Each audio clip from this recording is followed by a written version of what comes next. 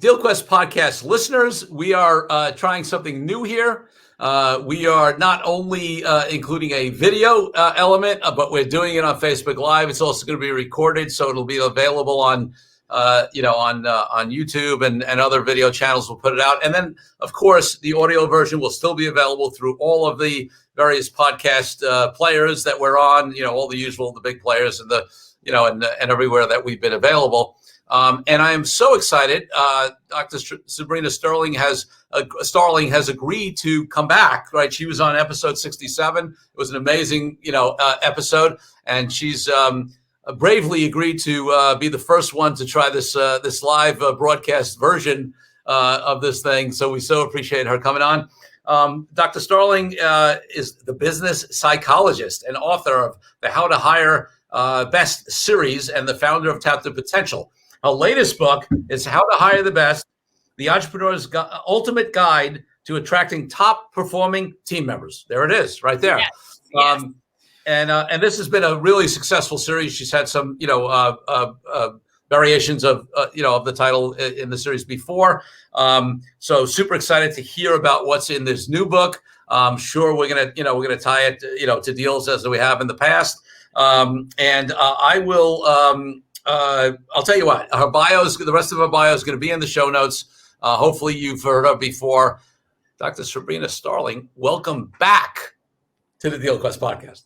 Thank you, Corey. I'm excited. And the conversation that we had last time was we just went in such a good direction with respect to really focusing on how to make the most of your time and freeing up your time in the business. So it's a lot of fun to get to come back and talk about how to hire the best and team members and how that relates to deal making, because it has multiple connections there. Yeah, no question. And the thing about it is, so one of the things that, we did talk about is, so listen, the odds of you being able to do deals to scale your business, if you are busy just in the business, right, which is a lot of what we focused on last time, are probably slim to none. And this other piece that we now talk about building team, I mean, one of the ways that listen, when I started my law firm, right, I was ordering my own supplies from Staples.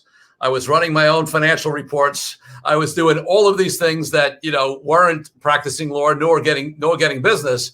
And it's only over time that you build team and build systems and, and get yourself out of that. And then you can focus on growing the firm organically, but also doing deals. And of course, it makes the firm and the company, whatever organization you have, less dependent upon you, so that you build enterprise value. So Reddy gave you the punchline. Yeah. And I don't want to oversimplify it, but that's sort of the punchline. So I want to dive right into this new book that you have, and tell us about the book. Tell us about what who it's for.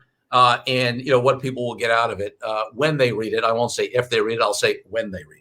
Okay. So this book is for you entrepreneurs who want to grow your business. You've been burned by hiring in the past, or you've heard hiring horror stories and you're thinking, forget it. I will just keep ordering my supplies at Staples. I don't want to have to deal with somebody else in the business. This book is for you. And so I wrote this book because probably 7 or 8 years ago now, I was coaching small business owners who had tremendous opportunity to grow their business. And they were passing on growth opportunities because they did not have the team members to deliver on the deals they could make. And the main reason we are entrepreneurs is for growth. So what is it like to be an entrepreneur who just decides I'm not going to grow anymore? I'm capped out because I can't get good team members, and so I had people coming to me saying, Sabrina, you're the business psychologist. Can you help me coach my warm body team members and make them better employees? And that way I can grow the business that way. And so I tried that and it doesn't work. I will tell you, you cannot take a warm body team member and coach them up and make them into an A player.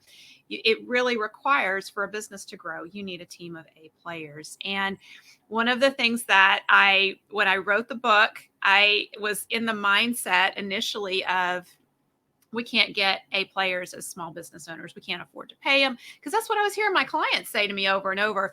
And then one morning I woke up and I just had this question running through my head of, what if that's not true?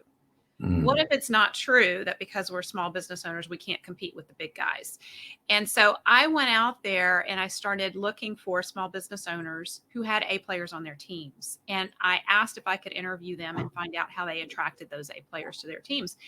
And Corey, every one of them said to me, I have no idea how I got this person on my team. It was luck. And Dr. Sabrina, if you find answers, please come back and tell me, because I'm just shooting in the dark. I have no idea. I'm just going to stop you for a moment here. I really want to hear the rest of this, but you and I, in our private conversation, in the last conversation, talked about some of the work we've done, consistently and whatever. And I believe that Bob Proctor, his name came up, and Bob talks about this conversation of unconscious competence, right? In other words, like, he had a similar experience where he'd speak to people, they'd have these successes, but they had no idea how they did it, right? Yeah. So this idea of, unconscious competence is great, but until we sort of parse through that and figure out what the commonalities are and what they really do unconsciously, we can't replicate it. So please go ahead with the context. So spoiler alert, when it comes to attracting A players to your business, everything that you know about marketing to attract the right clients and customers to your business applies to attracting A players. And so as I started interviewing them, what I found is they were using networking and word of mouth highly effectively to attract these A players, but they had not done it systematically.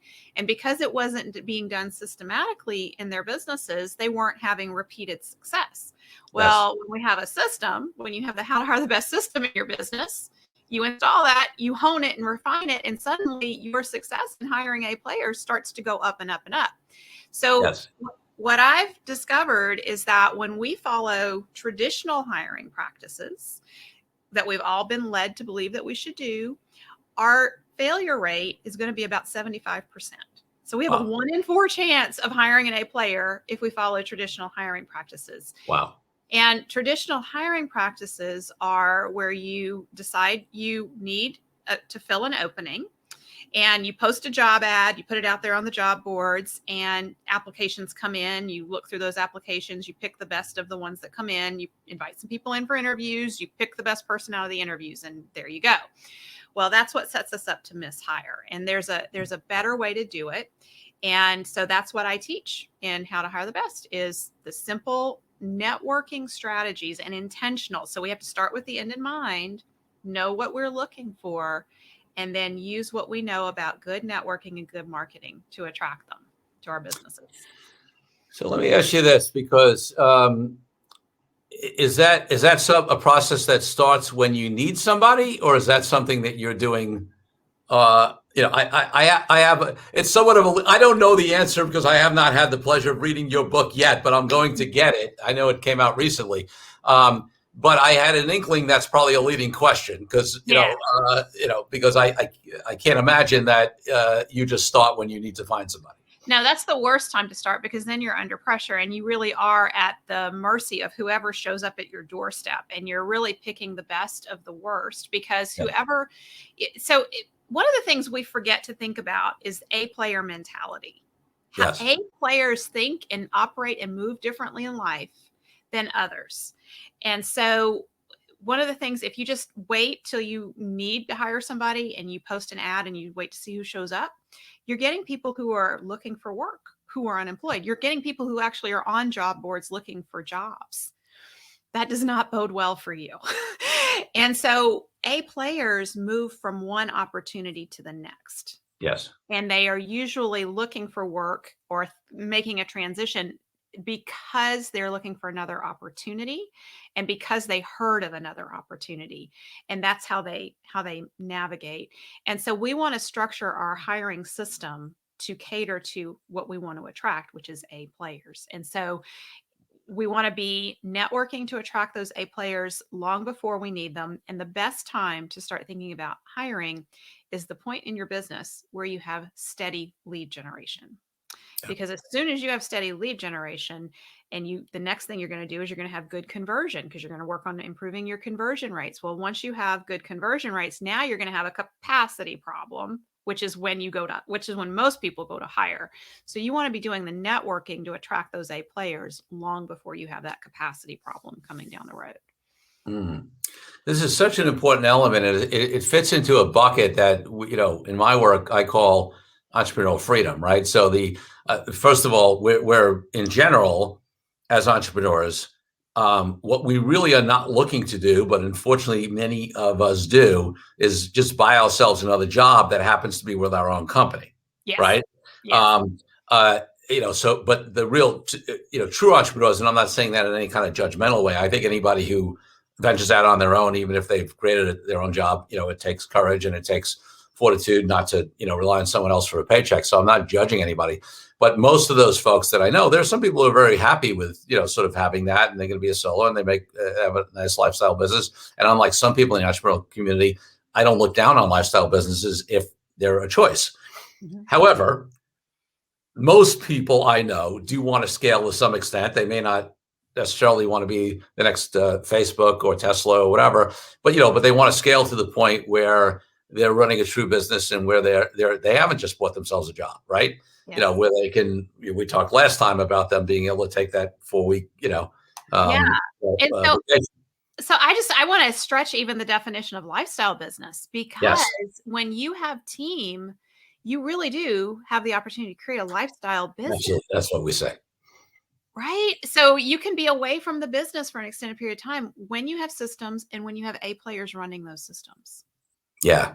So, for me, the goal of most entrepreneurs is what I call entrepreneurial freedom. And whether that is just to have a business where you can take time off, where you can be with your family, where you can travel, whatever it is your other passions are, and have it still run, whether you're setting that up for exit or not, right? Mm-hmm.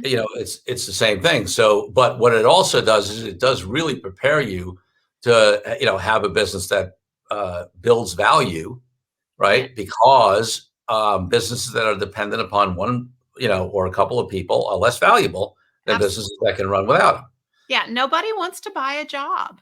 People want to create their own job and go out on their own and do that, but no one is going to come along and say, "Hey, I hear you work 70 hours a week. This sounds like a really good opportunity. I'm interested in buying that from you." Well, I want to pay you millions of dollars to work 70 hours a week. No. So building a business that has a system for hiring A players built into it, now you're adding value to that, and it is part of strategic planning for an exit. Yeah. So I want to talk about the definition of an A player. Yeah. Okay. Because, listen, I said this to you the last time we were together, and you can totally disagree with me. Like, don't feel like you got, but I have had a philosophy, some people say you can never have all A players, right? I think practically the odds of having all A players, it's challenging. Let's put it that way. But that's got to be the goal. But I define A players a little differently than some other people, and you tell me whether you think I'm off or on. Mm-hmm. Some people look at A players as everybody's got to be an all-around superstar in everything, right? Mm-hmm. So in other words, if you are Michael Jordan, to use a basketball analogy, right? You need a bunch of other Michael Jordans. And the way I look at it is Michael Jordan had Scottie Pippen, and he had Bill Cartwright, and he had these, people who were amazing at what they did, but they were not necessarily, the one superstar. And my view is that A players, some of them are role players, mm-hmm. but they're A's in that role of what they do. Exactly. Some people disagree. They think, oh, no, you need A players. I'm like, first of all, I think a lot of those A players are going to be running their own show if they really can, have that big vision and do everything. So, in any case, I don't want to drone on. Do you agree with or disagree with my premise that the definition of A players can be within a particular role of what they do, and they're still considered an A player? Absolutely. Okay. Absolutely. Yeah. So first off, the only people that I know that think that we can be A players at everything is us entrepreneurs. Right. We delude ourselves. And we all have our own unique gifts and talents where we shine. What I'm doing here with you right now, I'm in my unique gift and talent. I'm talking about what I know well. If you ask me, how to go repair a tire on my car, I'm going to be like, I'm going to look like a D player, Corey. Right. You know, so there are certain qualities that exist across A players, but the A players that you need are the ones who have the unique gifts and talents, personality strengths to do the role that you need them to do exceptionally well. And they need to fit with your core values, your immutable Yeah. laws in your business, because that's your culture. So but the qualities that exist across the board with A players is that we are go-getters, problem solvers. We don't get stymied. If my car gets a flat, I'm going to be on YouTube looking up a video. I'm not going to just sit there and go, "Oh, I give up. I'll wait till someone drives by to rescue me." That whole victim mentality. A players don't do that. We take matters into our own hands and we're going to try to figure it out, and we're going to use our resources. And that's in an entrepreneurial business, that's what is needed, is a team full of people who think like that. And we really can't afford to have people who don't think like that in our businesses. And because payroll is the biggest expense. And if we have team members who have more of that passive, I'm just going to wait to be told what to do, we will drive A players out of our businesses. So it is possible to have a team full of A players, but it does not mean that those A players are going to be great at everything. It means they're in their right role, working from their unique gifts and talents, doing what the business needs them to do the most. I love that, not just because it was consistent with what I think, but because and you said something that is so important that I want to make sure people didn't miss, and that is that you are actually going to drive out your A players, right? If you don't have, one of the characteristics that I believe that A players have is that they want to be with other A players. They get frustrated, okay, if they've got to deal with B and C, B and C players. It's the same thing. Listen, I talk about in some of the professional organizations I'm involved in and things like that. I've been on the board, whatever, and I'm like, listen, if you don't hold certain stand, like, if you want to attract the top people in a particular industry, right, you need to have other people in a particular industry, right? And what you can't do is you have to have some sort of standard. That doesn't mean, by the way, that you may not have other programs that support more junior people, less experienced people that help bring them up, right? But people want to be with peers, all right? And they want to choose the times where they are with people who they can give to, support, mentor, all that kind of stuff.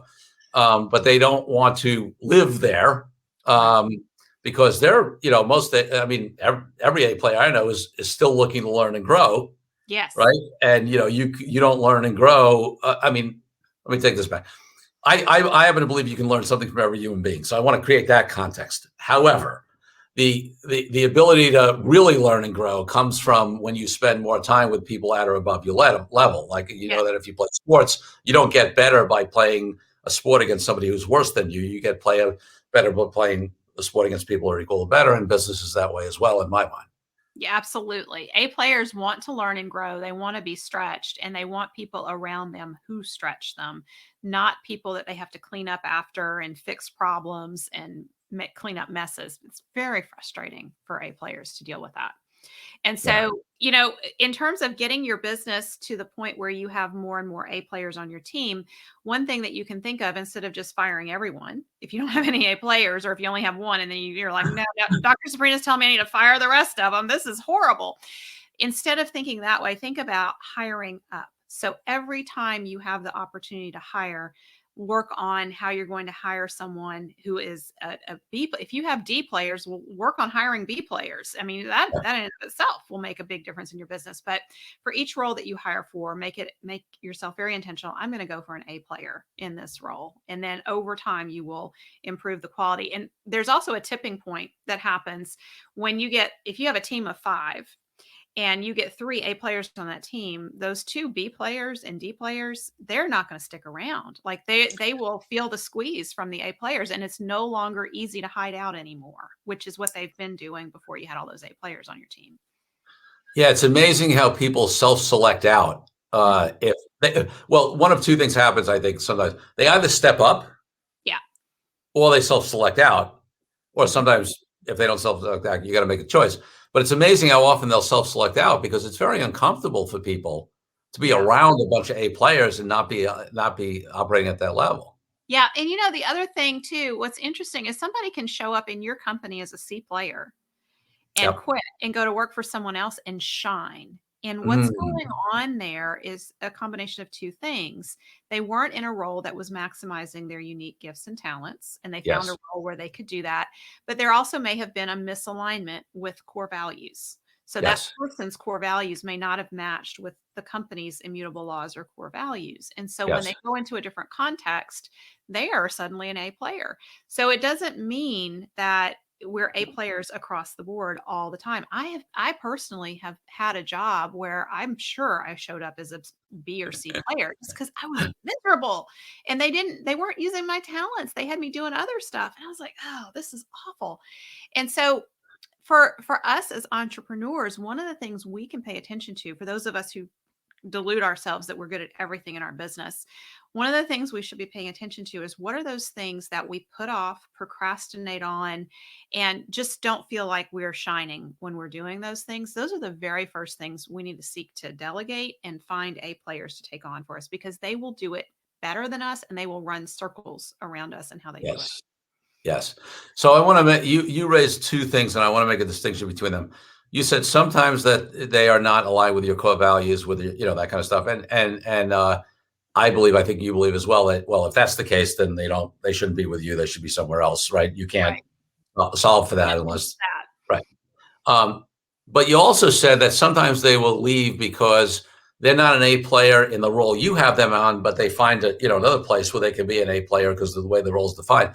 So that brings me back to the conversation of, well, hang on, do we have to lose those people, or how does people's individual abilities, like, some companies have very defined roles and they try to find people to fit into them, right? And Yeah. some companies are more flexible in terms of how they define their roles based upon the unique skills and talents and where people show up as an A player.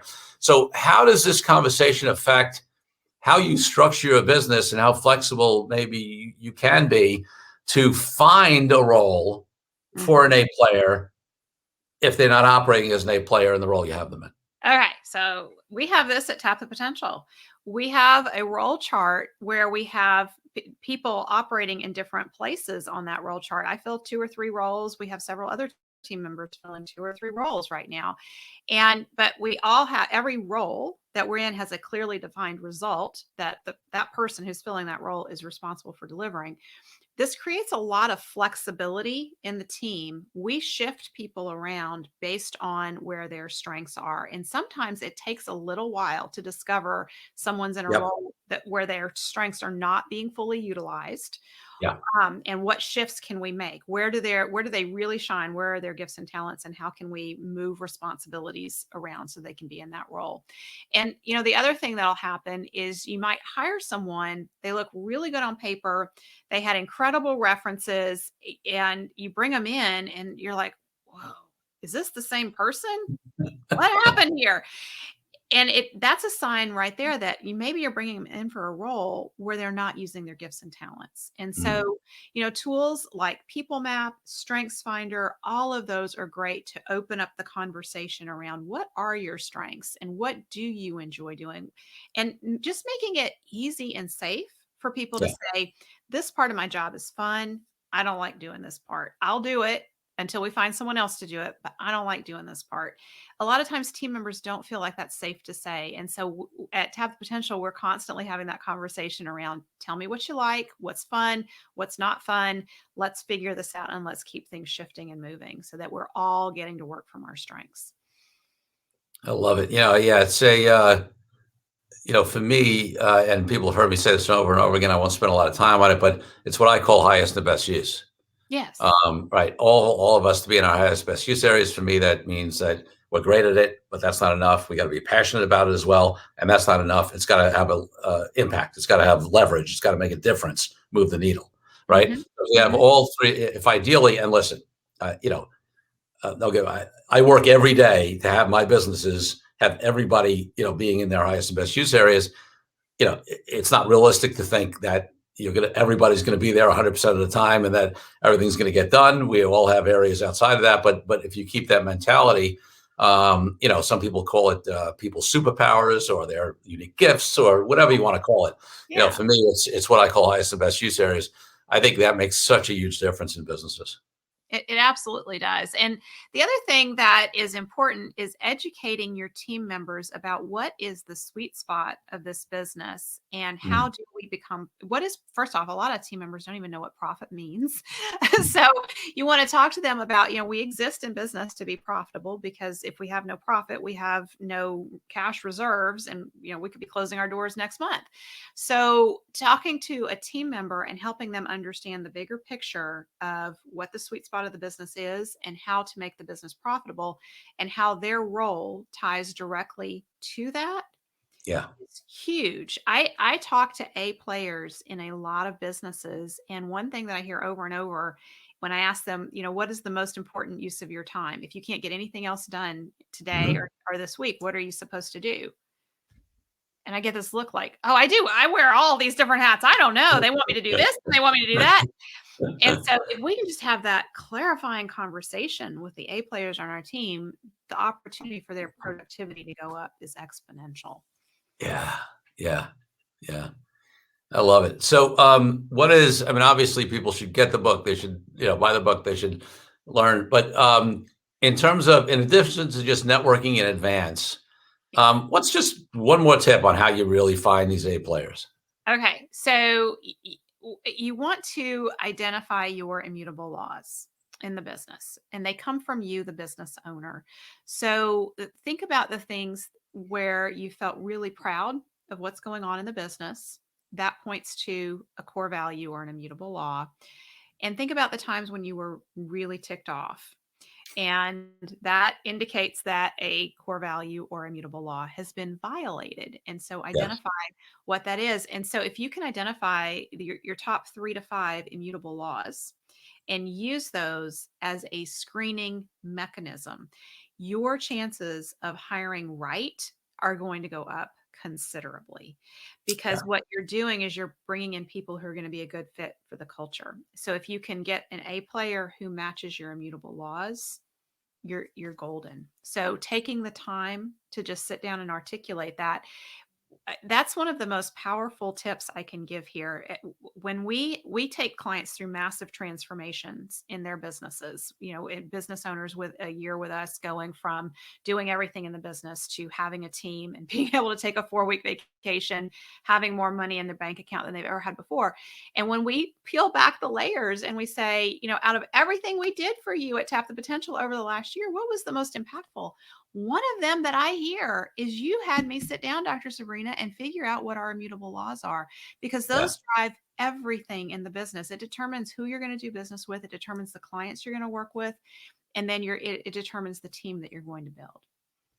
All right. So let me drill down one more layer on that. I'm sure you've got a lot more, in the book, but we've identified our core values, immutable laws, whatever we want to call them, right? And we're clear on that.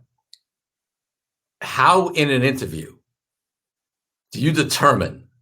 I know there's a big question, so I just want you can give us one piece of it, right? I know, but how in an interview did you determine a match or lack thereof, right, of a candidate with those values? Because, it's an interview.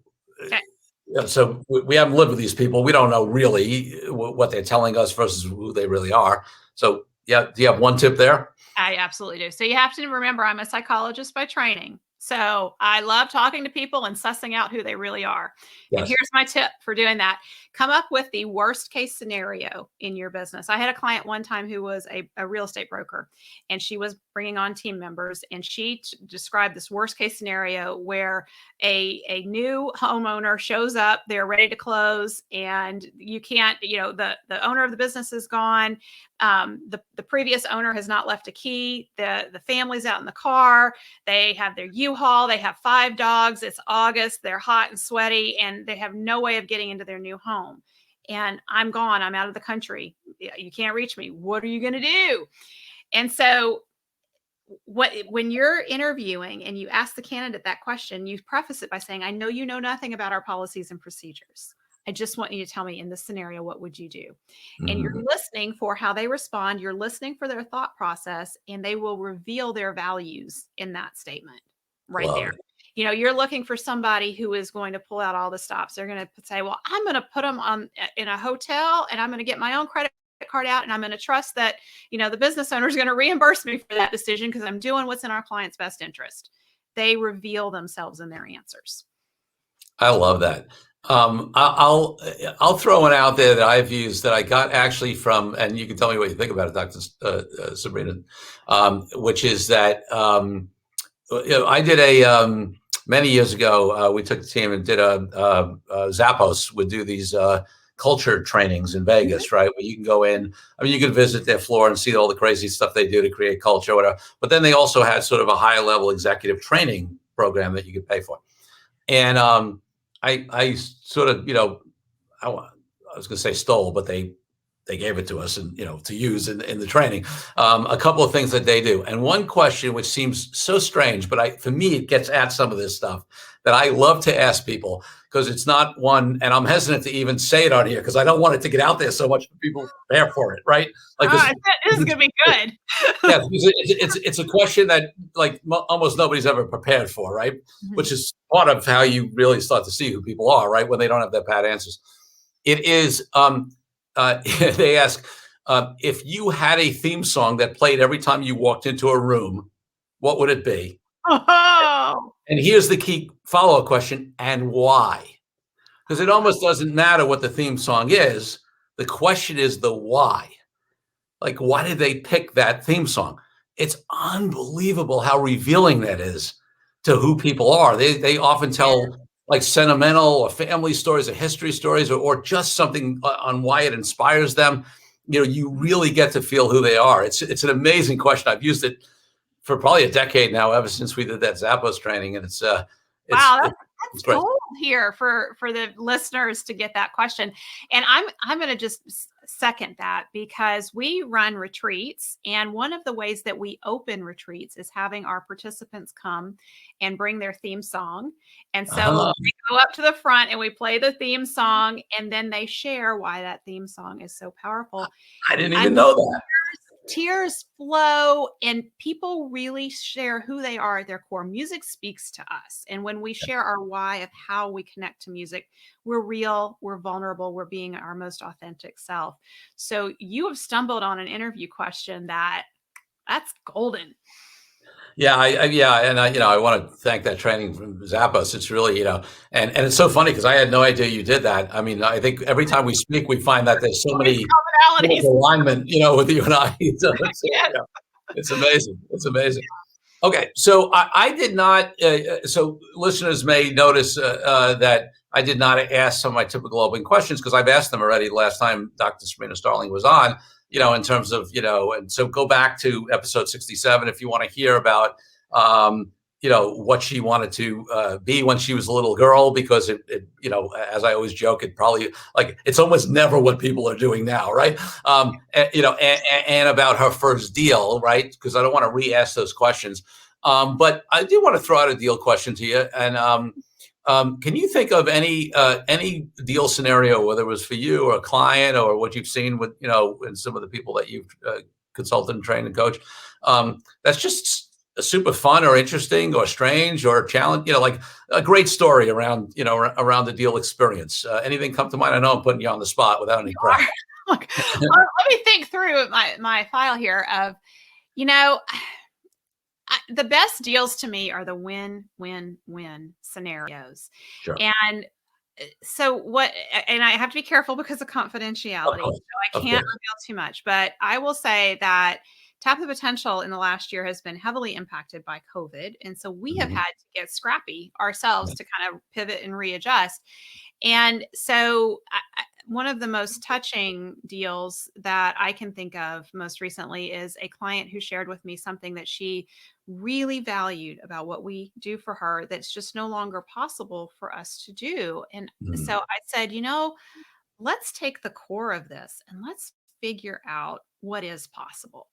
And Yeah. so when it comes to deal making, there's never a no. It's always that question of what is it that's most important to you? and what's most important to me, and let's open up our thinking and let's think about what's possible. And that creates that win-win-win that we're all after. Love it. Love it. Yeah. And listen, it's been an interesting time. I mean, I'm trying to remember when episode 67 was. I'm doing the math. And I mean, that was probably 10 months ago. So we were probably early COVID, right? Early COVID. Yeah. And Yeah. a little naive maybe to what was really in store. I know at least I was. Yeah. So it's been interesting because, I mean, obviously most people have had to find a way to pivot, although there is definitely what they call this K economy where, a lot of, there's people on that downstroke have been affected, restaurants and retail and then there's folks, a lot of service businesses, certainly financial services where I have a lot of clients. The market had that one dip and came back up and they're cruising, and we've been very fortunate. So there's such a dichotomy now. But even with the businesses that are doing well, they've had to pivot. Everybody's had to pivot in some way. Yeah. And it's also made for opportunities to create different products and services, but also different deals. And I think one of the things it's caused is people to look out for the kind of relationships, strategic alliances, joint ventures, just whatever it is. To support each other, right? To come through this, get more creative. Right. And there's a tremendous opportunity to get creative and to really look at who our top clients and customers are and what are they needing the most right now, and in what opportunities do we have to show up and serve that way, because their needs are very different this year than they were this time last year. And just having those conversations leads to opportunities and deals everywhere that can be created. Love it. So let's show them the book one more time. There it is. Right, How to Hire the Best series. So obviously, this is the latest book, but there's several others before this. Definitely check it out. I assume people can get it every Amazon and all the other places.